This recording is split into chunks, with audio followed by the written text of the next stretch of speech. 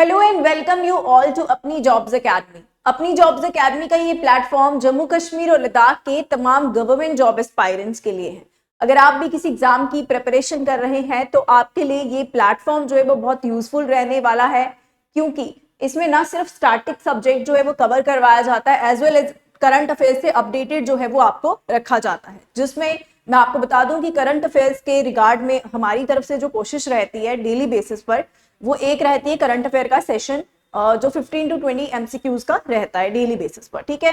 Plus हम क्या करते हैं, हाईलाइट्स ऑफ द डे को कवर करते हैं, यानी कुछ इंपॉर्टेंट इवेंट्स जो एक दो दिन पहले के या उसी दिन के होते हैं उनको हम इंपॉर्टेंट इवेंट्स जो होते हैं वो कवर करते हैं, ठीक है।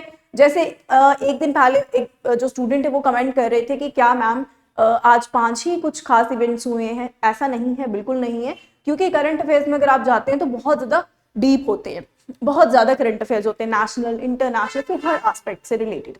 लेकिन हम यहाँ बात करते हैं जो मेन इंपॉर्टेंट इवेंट्स होती है, क्योंकि सारे तो नहीं कवर कर सकेंगे ना, तो हम क्या करेंगे, जो बड़े हाईलाइटेड पॉइंट्स होंगे।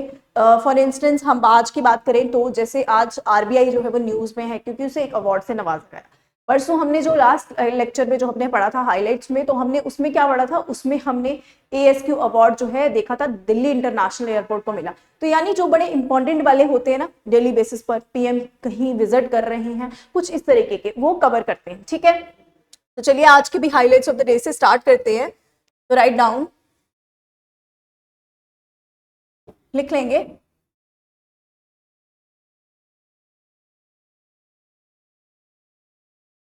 हाइलाइट्स ऑफ द डे, ठीक है, हाइलाइट्स ऑफ द डे।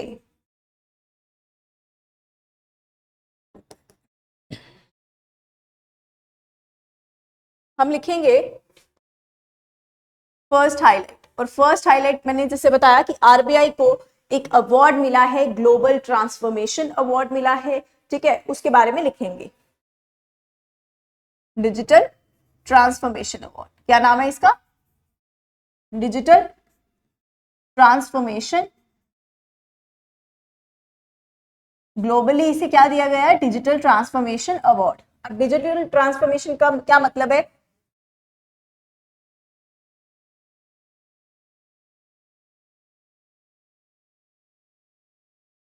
ये अवार्ड जो है वो किसने दिया है, इनको अवार्ड दिया है सेंट्रल बैंकिंग ने, और लंदन में अवार्ड जो है वो उससे नवाजा जाता है, किसको, आरबीआई को, ठीक है। अगर हम बात करें कि ये क्यों दिया गया, क्योंकि आरबीआई जो है वो काफी डिजिटल इनिशिएटिव जो है वो ला रहा है, जिसमें वो क्या कर रहा है, काफी कुछ रिफॉर्म्स जो है वो कर रहा है उन डिजिटल इनिशिएटिव से, ठीक है। जिसमें अगर हम बात करें तो दो मेन डिजिटल इनिशिएटिव जो हैं उसने चलाए थे, जिसकी वजह से उसे क्या मिला है, डिजिटल ट्रांसफॉर्मेशन अवार्ड मिला है। और जिसमें जब ये डिजिटल ट्रांसफॉर्मेशन अवार्ड मिलता है तो prime minister Narendra Modi also tweeted and congratulated RBI, ठीक है। तो लिखेंगे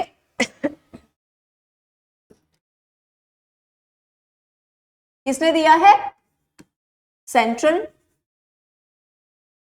बैंकिंग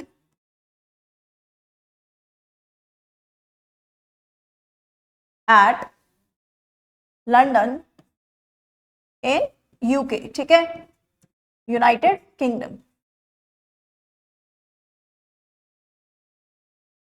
लिख लेते ना, बाय, इनके द्वारा दिया गया, ठीक है। और क्यों दिया गया है ये तो मैंने आपको पहले ही बता दिया, सबसे पहले लिख लेते हैं, this award was given to, इसको दिया गया है आरबीआई को, रिजर्व बैंक ऑफ इंडिया, ठीक है। और किसके लिए दिया गया है, for its two digital initiatives, दो डिजिटल इनिशिएटिव जो इन्होंने अभी हाल ही में चलाए थे, उसके लिए इस अवार्ड से उन्हें नवाजा गया है। और जब हम बात करें कि ये दो डिजिटल इनिशिएटिव्स क्या हैं, तो लिखेंगे एक है सारथी, ठीक है, एक है सारथी, और दूसरा क्या है, दूसरा है प्रवाह, ठीक है, दूसरा है प्रवाह। अभी सारथी और प्रवाह क्या है, सारथी जो इनिशिएटिव है ये 2023 में चलाया गया था, किसने, आरबीआई ने चलाया 2023 में।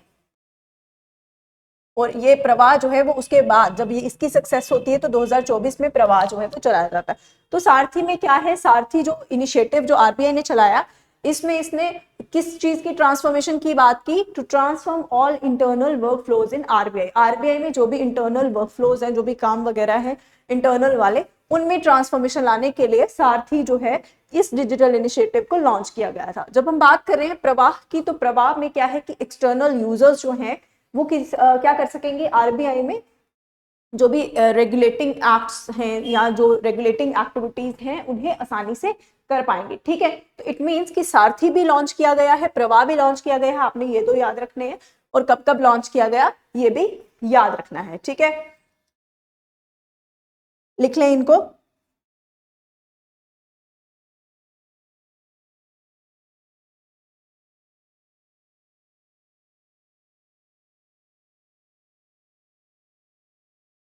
यानी जो प्रवाह है, to submit regulatory application to RBI, ये क्या कर सकेगा, जो भी एक्सटर्नल यूजर्स हैं, जो भी बाहर के यूजर्स हैं, वो क्या कर सकेंगे, सबमिट कर सकेंगे रेगुलेटरी जो भी एप्लीकेशंस हैं उनको, कहां पर, आरबीआई में। और सारथी की जो मैंने बात की, तो सारथी क्या करेगा, जो भी इंटरनल वर्क फ्लोज है उसमें ट्रांसफॉर्मेशन लाएगा इंटरनल वर्क फ्लोज में। ठीक है, तो उसके बाद कर ली हमने ये वाली बात, तो सेकंड वाले में चलते हैं। The second highlight of the day is, second highlight क्या है हमारे पास आज, है हमारे पास कंपैशन एंड प्राइमरी, लिखेंगे compassion and primary health care report. क्या है, compassion and primary health care report. आप इसका मीनिंग देखो, अगर इस लाइन का क्या मतलब बन रहा है तो उससे अंदाजा हो जाएगा आपको। First of all, compassion and primary health care report जो है वो निकाली किसने है, वो WHO ने निकाली है, which is UNO's organisation regarding health. ठीक है, तो वो क्या है, निकाली compassion and primary health care, यानी हमें कंपैशन काइंडनेस भी दिखानी है और प्राइमरी हेल्थ केयर का भी ख्याल रखना होगा। So this report is called compassion and primary health care report. It is released by, as I said, released by WHO, World Health Organization. World Health Organization, ठीक है। अब वर्ल्ड हेल्थ ऑर्गेनाइजेशन का तो आपको पता है, ये यूएनओ की एक स्पेशलाइज्ड एजेंसी है जो क्या करती है, ये जो हेल्थ के बारे में देखती है। तो लिख देते हैं, इट इज, हम यूएनओ की WHO की बात करें, इट इज यूएनओ यानी यूएन्स स्पेशलाइज्ड एजेंसी रिगार्डिंग हेल्थ, है ना।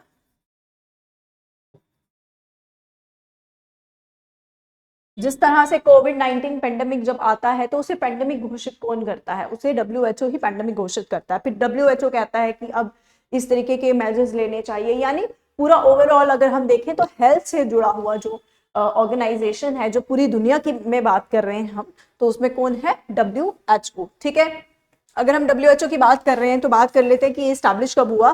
तो ये स्टैब्लिश होता है 1948 में। और बात करें इसके हेडक्वार्टर्स की, चलो आगे बात कर लेते हैं। ठीक है, 1948 में। और हेडक्वार्टर्स की अगर हम बात करें तो हेडक्वार्टर्स कहां पर है WHO के, जिनेवा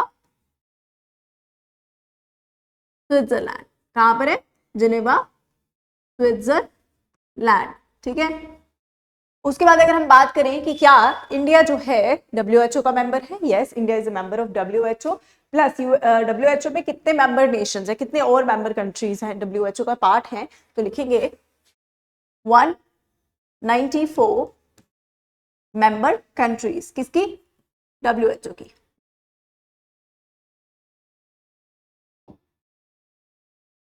वन 194 मेंबर कंट्रीज हैं, जिसमें अगर हम बात करें तो इंडिया भी पार्ट है। और इंडिया ने इसे ज्वाइन कब किया, India joined as a member to WHO in the year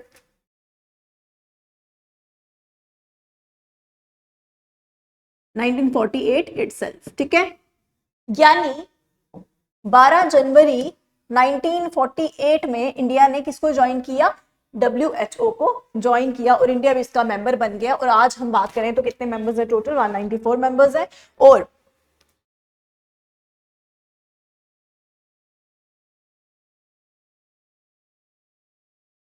WHO started, देखो मैंने आपको बताया कि WHO बना कब है, 1948 में बना।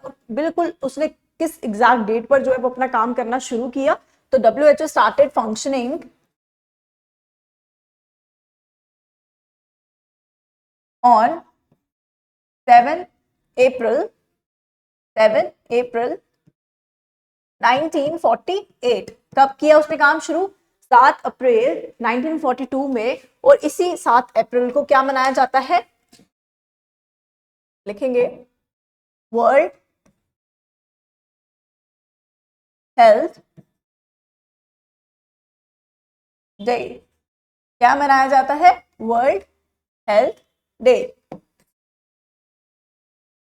ठीक है। पता चला आपको कब वर्ल्ड हेल्थ डे मनाया जाता है, वर्ल्ड हेल्थ डे मनाया जाता है 7 अप्रैल, ठीक है। और 1948 में ही इसने ये 7 अप्रैल 1948 में फंक्शनिंग जो है वो अपनी स्टार्ट कर दी, ठीक है। चलिए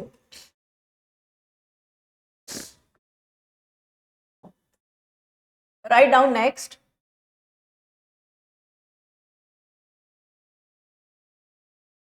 लिखेंगे international day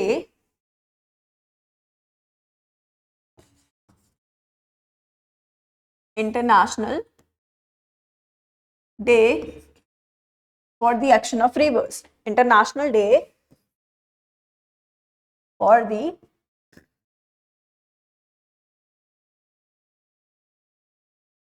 action of rivers 2025, ठीक है। 2025 का international day for the action of rivers, ये जो है लाइन को, ठीक है।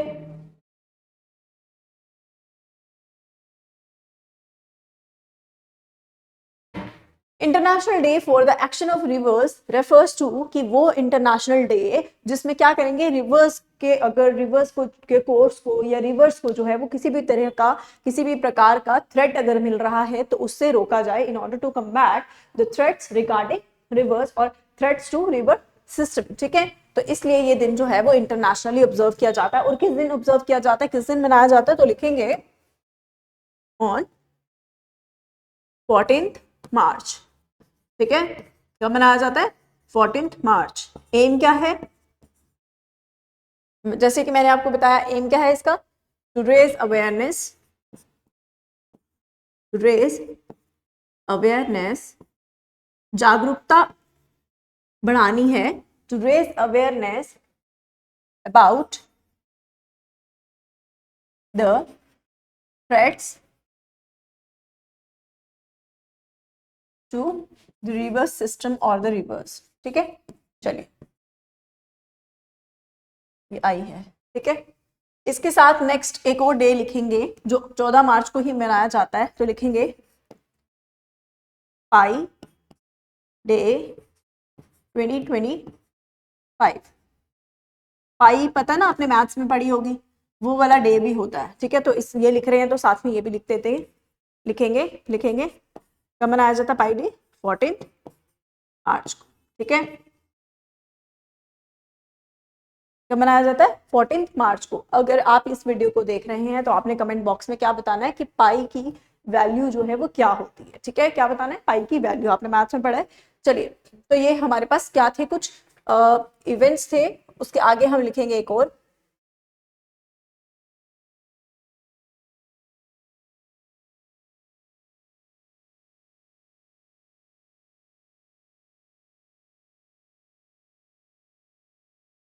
थर्ड फोर्थ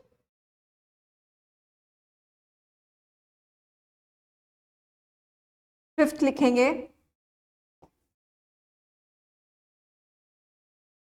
फिफ्थ क्या है हमारे पास न्यूज में, आज हमारे पास फिफ्थ न्यूज में है, और वो है SCO defence officials meeting, SCO defence officials meeting, ठीक है।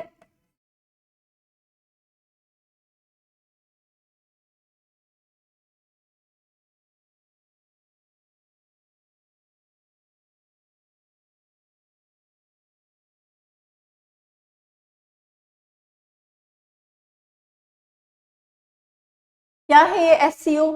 Shanghai cooperation organisation. जिस तरह से हमने नाटो, हमने आसियान, सार्क, वो हम सब पढ़ते हैं, है ना, उसी तरह से एक ऑर्गेनाइजेशन क्या है, SCO, जो जिसका मतलब क्या है, SCO सारा कैपिटल में ही आएगा।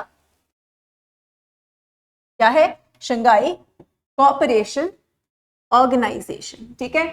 अब हम बात करेंगे एससीओ की कौन सी मीटिंग के बारे में बात कर रहे हैं, डिफेंस ऑफिशियल मीटिंग। ये डिफेंस ऑफिशियल मीटिंग जो है, डिफेंस के ऑफिसर्स हैं उनकी मीटिंग होने वाली है एससीओ की, कहाँ पर होने वाली, चाइना में होने वाली है, ठीक है। और ये कब, 26-27 मार्च को होने वाली है। अगर हम बात करें कि एससीओ के भी कुछ और फैक्ट्स की हम बात करेंगे, लेकिन उससे पहले मैं आपको बता दूं कि चाइना में एक यही नहीं, उसके बजाय चाइना में कौन सी मीटिंग होने वाली है, एससीओ की लीडर समिट भी जो है वो होने वाली है। तो लिखेंगे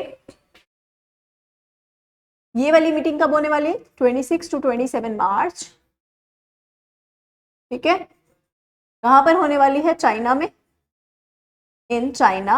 और चाइना के कौन से पर्टिकुलर एरिया में होने वाली, किंगदाओ, ठीक है, किंगदाओ, इस एरिया में होने वाली है। कब, 26 to 27 मार्च, ठीक है। उसके अगर हम बात करें तो लिखेंगे चाइना का एक एरिया है Tianjin will conduct SCO leader summit. कौन सी, एससीओ के जो लीडर्स हैं उनकी समिट। अब ये तो डिफेंस ऑफिसर्स की है ना समिट, ये भी करने वाला है आगे आने वाले समय में। ये मीटिंग भी कहाँ होने वाली है, ये होने वाली है चाइना के तियानजिन एरिया में, ठीक है, चाइना के तियानजिन एरिया में, ठीक है। चलिए, उसके बाद अगर हम बात करें एससीओ की, तो इसका क्या मतलब है, Shanghai cooperation, cooperation means cooperate करना, मिलजुल के, ठीक है। कोऑपरेशन ऑर्गेनाइजेशन, सहयोग जिसको हम बोलते हैं, ऑर्गेनाइजेशन, ठीक है। अगर इसके हम कुछ फैक्ट्स की बात करें शंघाई कोऑपरेशन ऑर्गेनाइजेशन की, तो सबसे पहले एससीओ जो है वो बनता कब है, तो लिखेंगे एससीओ जो है ये बनता है 2001 में, फॉर्म्ड इन 2001 में बना, ठीक है। और ये से एनफोर्स कब किया गया, एनफोर्स्ड इन 2003, याद रखना है। बनता कब है, 2001 में। एनफोर्समेंट कब होती है, कब ये लागू होता है कि ये काम करना शुरू होगा, 2003 में, ठीक है। उसके बाद अगर हम बात करें एससीओ के और कुछ फैक्ट्स की, तो हम बताएंगे कि इंडिया ने इसे ज्वाइन कब किया। इंडिया इज ऑल्सो, अब क्या क्वेश्चन पेपर में आ सकता है कि is India a part of SCO, ठीक है। जैसे इंडिया आसियान का पार्ट है, सार्क का पार्ट है कि नहीं है, ये पेपर में क्वेश्चंस पूछे जाते हैं। तो यहाँ कब कब बना था इंडिया उसका पार्ट, तो इस तरीके के क्वेश्चंस आपको फ्रेम किए जा सकते पेपर में। अब यहाँ क्या बोल रहा है कि India became the part of, India इसका पार्ट बना था किसका, एससीओ का, कब, इन 2017, जो अस्ताना मीटिंग हुई थी ना, अस्ताना सबमिट जिसको हम बोलेंगे, अस्ताना में हुई थी, सबमिट ही लिख दो, ठीक है। उसमें इंडिया जो है वो किसका पार्ट बन चुका था, इंडिया जो है इसका पार्ट बन गया था। यानी कब बना था इंडिया पार्ट, 2017 में। कब बना, 2017 में। और 2017 में कौन सी सबमिट हुई इसकी, एससीओ की, अस्ताना सबमिट। कौन सी, अस्ताना सबमिट। और अगर एग्जैक्ट डेट जाननी है तो 8 to 9 जून हुई थी ये मीटिंग। और इसी 8 से 9 जून 2017 के अंदर अंदर ही, मतलब इसी दिन के अंदर जो है इंडिया पार्ट बन जाता है एससीओ का। And SCO is Shanghai cooperation organisation. और जब हमने बात की शंघाई कोऑपरेशन ऑर्गेनाइजेशन की, 2001 में बना, इन्फोर्स्ड हुआ 2003 में। और अगर बात करें, इंडिया इसका पार्ट है, ठीक है। उससे पहले हमने क्या बात की कि इसकी 2 मीटिंग्स, यानी एक डिफेंस ऑफिशियल की मीटिंग 26-27 मार्च को होने वाली है चाइना में, किंगदाओ एरिया में। और दूसरी उसके बाद जो है एक लीडर समिट होगी एससीओ की, और वो भी कहाँ पर होगी, वो भी चाइना में होगी। वो कहाँ होगी, तियानजिन में, ठीक है। अगर हम इसकी बात करें हेडक्वार्टर्स की, हेडक्वार्टर्स ऑफ SCO वो कहां पर है? नेचुरली कहां होगा? Beijing, China, the capital of China, Beijing in China में इसके हेडक्वार्टर्स है। कहां पर? Beijing in China. चलिए ठीक है, तो ये कुछ हमारे पास खास इवेंट्स थे आज के, जिसमें एक और ऐड कर लेंगे, वाटर सस्टेनेबिलिटी कॉन्फ्रेंस हुई तो ये 2-3 दिन पहले की है, बट इंपॉर्टेंट है तो कवर कर लेंगे इसको भी।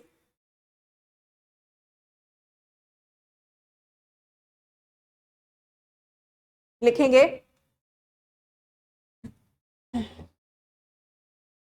वाटर सस्टेनेबिलिटी, इससे भी क्वेश्चन जो है वो फ्रेम किया जा सकता है। वाटर सस्टेनेबिलिटी कॉन्फ्रेंस ये कहां पर हुई है? ये हुई है न्यू दिल्ली में कॉन्फ्रेंस, ठीक है।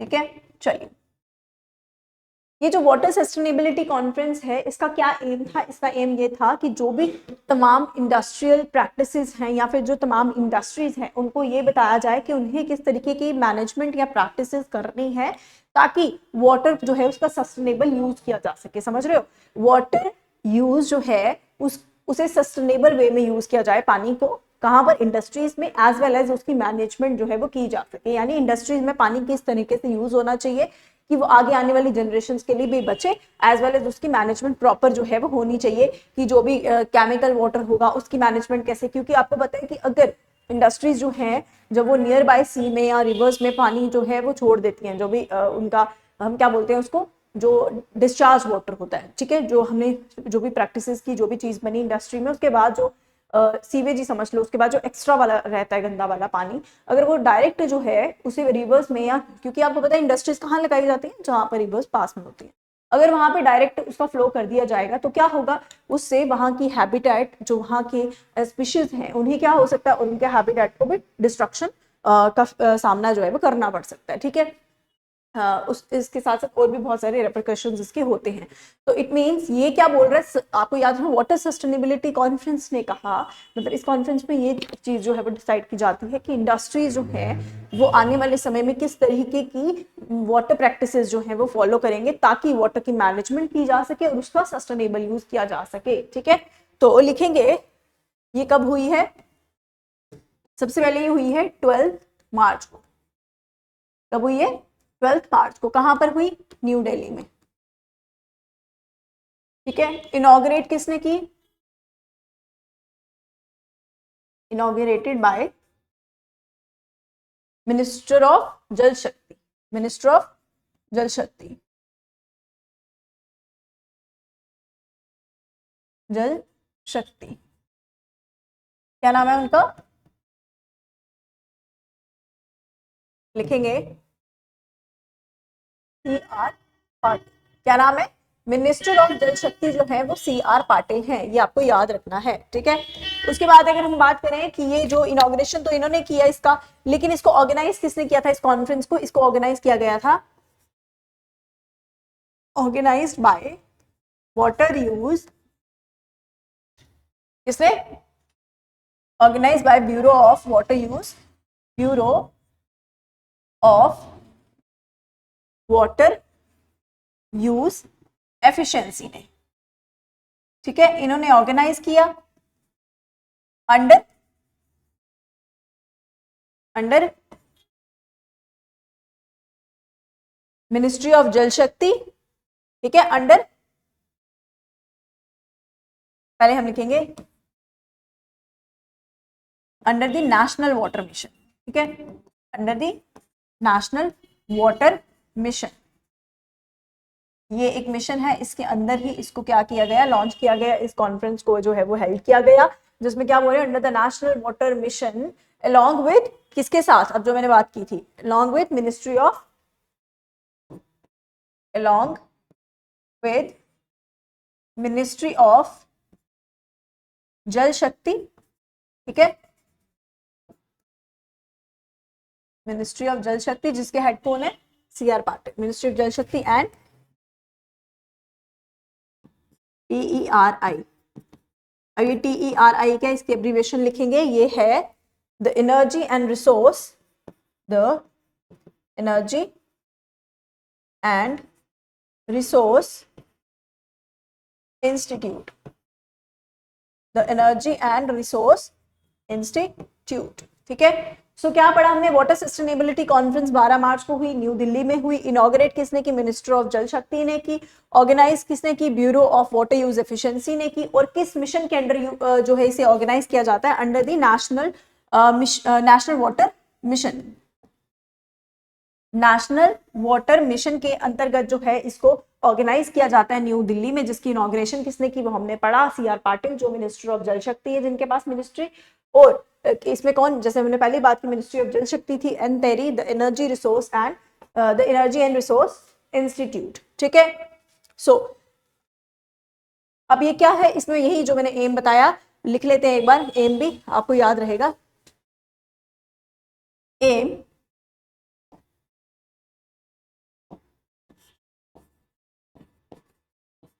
to urge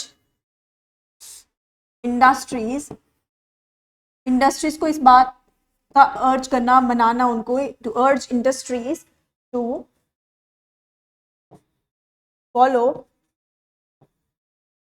सस्टेनेबल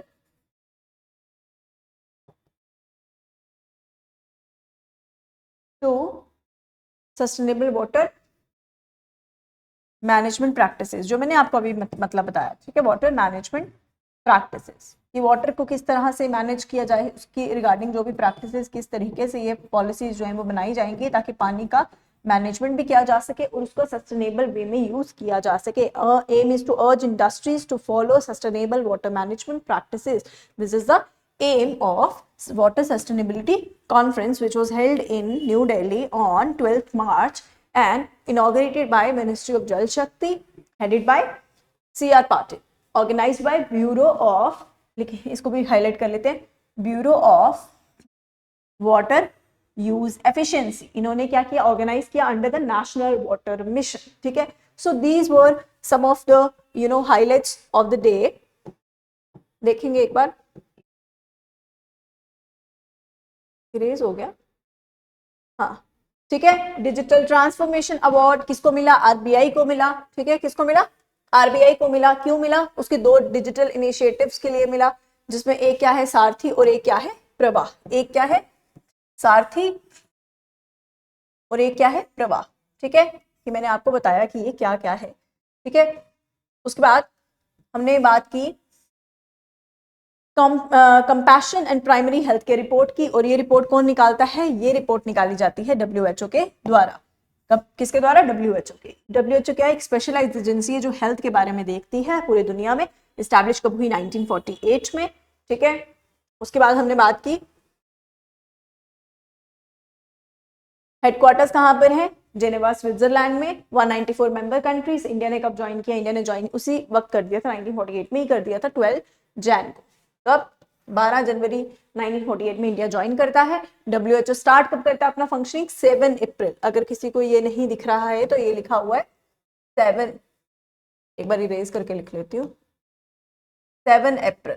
7 अप्रैल 1948 में क्या करता है, काम अपना करना शुरू हो जाता है। और 7 अप्रैल को ही क्या मनाया जाता है, वर्ल्ड हेल्थ डे ऑब्जर्व किया जाता है पूरी दुनिया में।